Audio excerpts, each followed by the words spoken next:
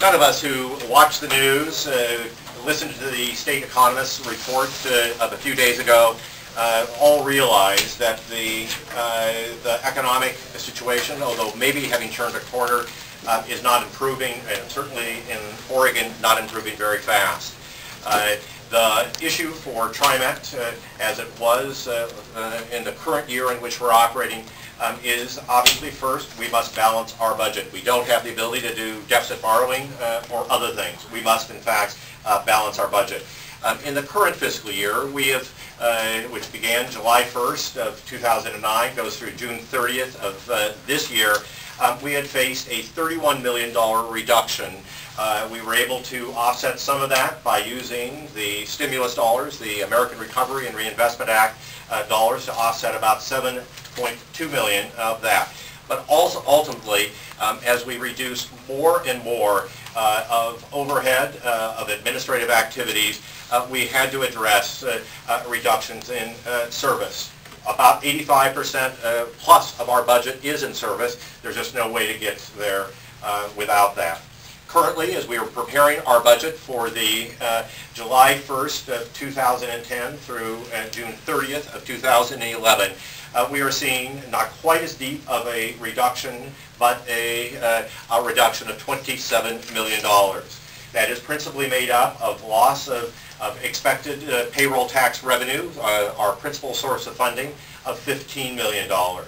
We also, because we're down in jobs, we're down by, at the height of the depth of the recession, 57,000 jobs.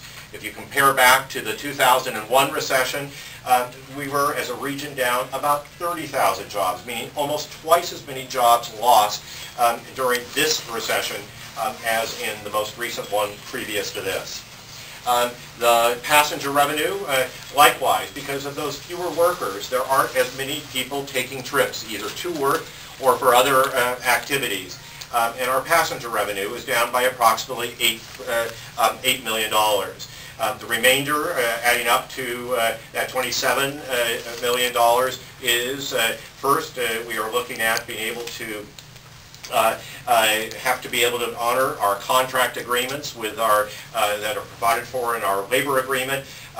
Those and other inflationary expenses make up for the approximate additional $4 million.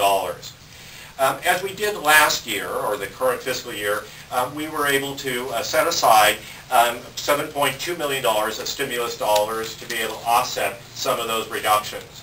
We have had held, specifically for the 2011 budget, $7.2 million, which we are applying. That takes us down to about a $20 million reduction we are facing.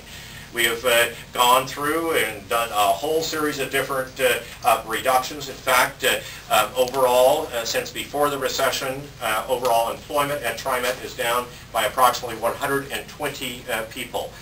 We expect that we're going to see more reductions as time marches on. Hopefully, we will be able to manage that through attrition. But inevitably, we are also having to face service reductions. We are targeting $8.7 million worth of service reductions.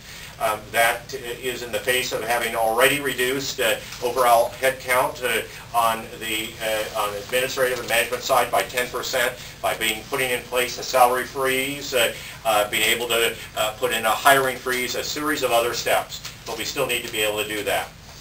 What we are doing, starting today, is a process to be able to engage our riders in where those service cuts should come. It is, I wish it were not so. I wish that there were a stimulus 2 legislation coming from the U.S. Congress. That may or may not yet happen, and if it does, obviously, we can use that. We would hope to be able to offset some of the cuts we're talking about. But we are, right now, having to be able to seek a balanced budget. In terms of service, the vast majority of what we are proposing is to be able to see adjustments of between 2 and 3 minutes during much of the day on both a number of different bus lines. The specifics are before you, but also on the MAX alignment. On evenings and weekends, We are looking at reductions in headways, that is the amount of time between when a vehicle comes, by approximately 2 to 10 minutes on a number of lines. That, as I say, accounts for the vast majority of the service reductions we're proposing.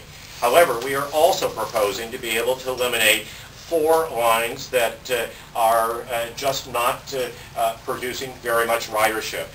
We will, in fact, be seeking information from our riders whether that's really a lifeline trip. Is it something that they really need to be able to get to work or from work, to be able to get around? Are there any other alternatives they have? Many of the adjustments we have made are, in fact, where there are alternatives available. There are 4 criteria we have established and guided us in being able to make this proposal. The first is the low-performing lines. What are those lines, and could we accommodate them in a different way? Number 2, we looked at both bus and MAX about whether we had capacity on those vehicles.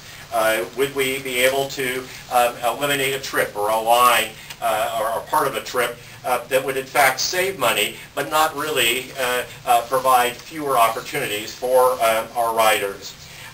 Next, we also wanted to make sure that there was alternative service available. It may mean a slightly less convenient walk, that is a little bit longer walk to another line, but were those trips available? And lastly, we looked at the issues around span of service. That is, would the very first trip in the morning or the last trip at night, that had low ridership, were they in fact a part of that lifeline? Was it the only way individuals would be able to get to or from work or other essential activities? All in all, as we have gone through this, we expect that we will, as we did this last year, hear from our riding public and be able to make adjustments. We still obviously have to be able to achieve the budget reductions that I've outlined, but we are in fact looking at ways that adjustments can be made that still meet the needs of our riders. Many of the times this last time, as painful as it was to be able to see those reductions, we were able to make changes that helped address, not completely, but helped address individual traveling needs. Lastly, let me stress very strongly that this is not an issue facing TriMet alone. Every transit property across this nation is likewise addressing the same issues. The Chicago, if you've seen Chicago Transit Authority, CTA, has just laid off approximately 1,000 individuals and cut back service in a series of areas. Likewise, this has been happening whether it be in Boston, in Utah, or in other cities across the country. It is something that all of us, no matter what our exact funding sources are, have found that this recession is in fact driving substantial amounts of changes. It's something that we in transit dislike doing more than anything else, because service is what we're all about. It's about getting people to and from where they want to be. It's also, in this region, been much more than just that transport. It's been a part of who we as a community are. So, as we look toward the future, I'm confident that the economy will improve. Our number one goal will be to restore our service reductions, particularly on those frequent service lines and other activities. Lastly, I would say that we are also having, as a part of this discussion, what we typically do, not every year, but nearly every year, and that is a proposed 5-cent fare increase beginning in September. That, again, is something that others of our riding public can speak to as well. With that, I will stop and be happy to answer any questions.